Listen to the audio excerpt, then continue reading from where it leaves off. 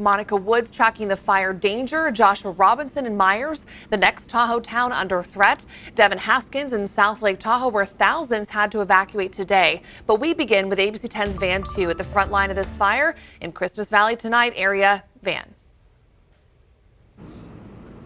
Well, Madison, there is an active firefight to protect structures in Christmas Valley along the 89 corridor. We're actually outside at the 50 roundabout. One, to stay out of the way, but two, to show you just how massive this fire has reached into the Tahoe Basin. You can see here we are along 50, and those trees just in the distance crowning at this moment, inching towards Pioneer Trail and South Lake Tahoe. But keep in mind, we do want to remember all the folks who are watching this unfold in horror. Now, when this spot fire reached into the basin at Christmas Valley, it actually leapfrogged several neighborhoods on the west side of Highway 89. So I caught up with Kathy Vaughn, who's been following my Twitter updates, among others, and tonight she is holding her breath watching this.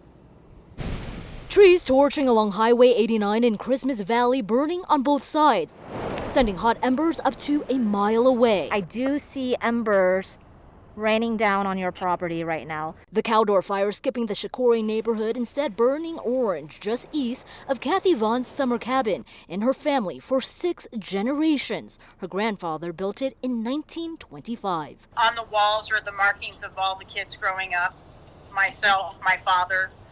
So there's some things that can't be replaced. Breathing a sigh of relief, the cabin still stands, but knowing the area is not out of the woods, the anxiety keeping her up another night. All we can do is have faith in the firefighters and wait until morning, and then we'll be hopefully not finding out how good our insurance is. Now, Kathy, they're just laughing to keep from crying, watching all of this unfold. I have to give it up for her optimism here, trying to keep up hope as we are watching this crowning fire here, really just shooting up in the air right now, visible now here from Highway 50 in Myers, just showing you just how quickly the Caldor Fire has really marched its way into the Tahoe Basin towards South Lake Tahoe this evening. Van, a dire situation in the Christmas Valley area and Myers. Thank you for the live look tonight. Speaking of which, I want you to take a look at this map. The area circled in red is Myers. This is a big area of concern for firefighters tonight. As the fire burns past Christmas Valley to the east, firefighters are trying to keep it away from Myers. Joshua Robinson has been in the Myers area tonight. And Joshua, what have you seen so far? Yeah, right now being here in Myers, that view is a very different one because you can just see a thick plume of smoke overhead, the darkness really making it tough to pick out those fires.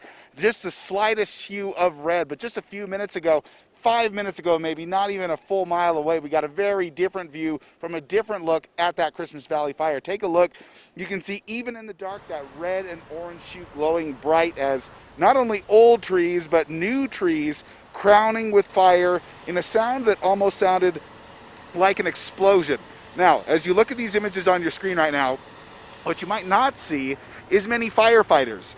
You might not see a lot of people actually tackling the fire itself, and it's because those hoses are not being used right now because they are being diverted to other spots. We spoke with a handful of firefighters that were stationed on Shikori Road, and they told us what our specific goal is right now in this area. One firefighter pointed south of us, just like the story we heard. Across the street, there's a handful of storage buildings and homes, hundreds of other structures that could be at risk if this fire turns this way. But for now, this area is one they are monitoring, not tackling directly as the fire continues its move closer towards South Tahoe. Now, as has been the situation all day, as we've been telling you all day, the plans could change any minute if the situation does change, and of course they will be ready if that time comes. Chris, Madison, back to you. Oh, Joshua, thank you so much. And again, nearly 4,000 firefighters on this fire as we speak. Our hats really go off to them as they are working tirelessly to put this out. Thank you, Josh.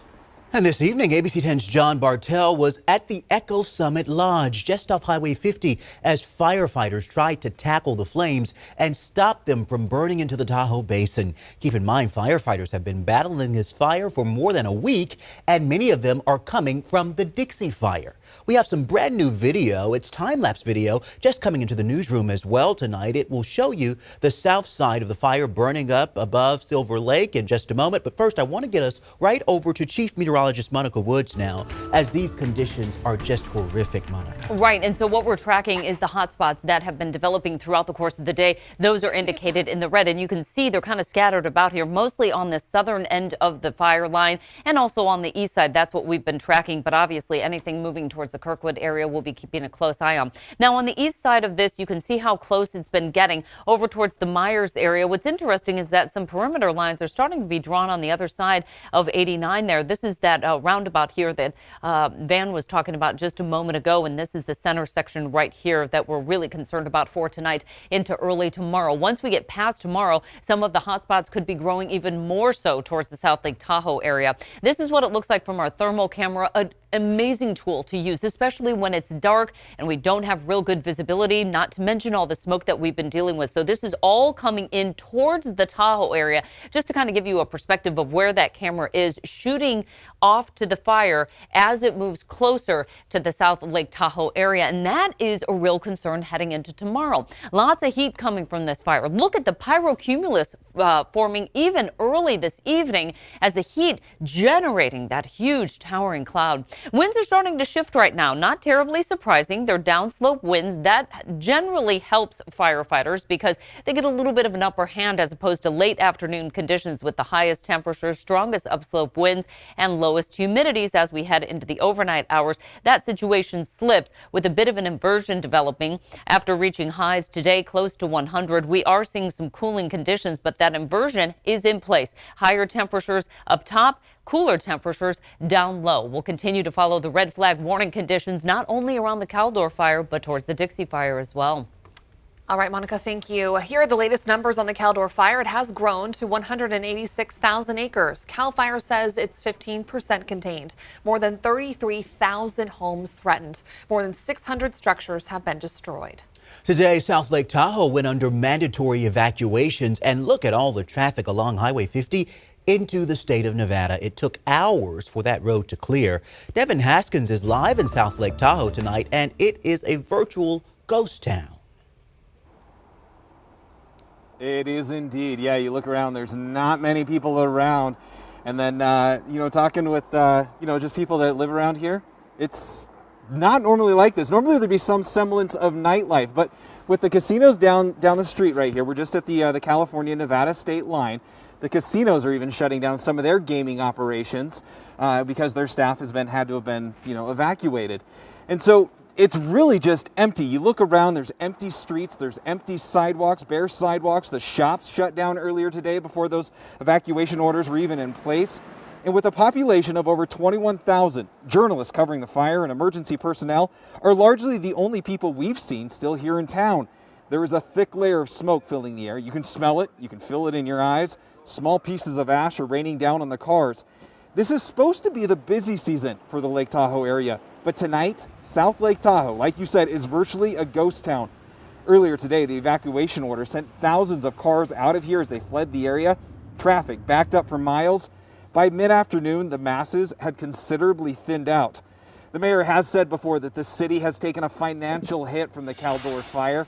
And there is no doubt that as this fire continues to burn and as the evacuation orders remain in place, the city and the businesses will continue to take a hit financially, as this city just remains empty from what would normally be a busy season as it gets flooded with people for the Labor Day weekend. Indeed. It's so eerie, Devin, to see South Lake Tahoe like that tonight. We thank you for the live perspective. I want to give you another look at the evacuation map tonight. Again, 53,000 people have been forced to leave their homes. All areas in red now under mandatory evacuations. And those in the yellow on this map need to prepare to leave now. You can find this map on abc10.com.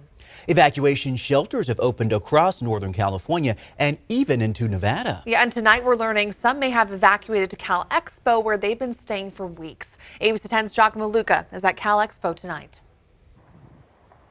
Those evacuees have been staying at the RV park at Cal Expo for the past 2 weeks, anxiously waiting and watching the news as the Caldor Fire continues to move. We took a picture from our deck at night, and you can see the bright orange sky off in the background. And having never been through anything like that before, it was obviously immediately just very scary. Hours later, Teresa Tobin, her 3 teens, husband and dog packed up and left their Somerset home with the Caldor Fire burning just miles away. As of right now, our home is still standing. Good news for them, but they continue to anxiously wait until the area is safe from fire and they can return home. Since then, they've joined several other families who took to the Cal Expo RV park to find refuge from the devastating Caldor Fire. Our daughter lives here in East Sac, and we stayed with them for a few days. They had this beautiful trailer that we could stay in. U.S. Navy veteran Roy Turner evacuated from Camino with his wife and dog. They're feeling cautiously optimistic that the fire burned past their home and learned it's still standing. Meanwhile, they're planning to stay until... we're not going back until we're allowed back. We're going to follow the instructions that were given by the authorities. All the evacuees I spoke with today say they have homes to return to. They've been able to verify that by a map put up by CAL FIRE. Meanwhile, many of their neighbors have lost homes. They're sending their thoughts and prayers their way.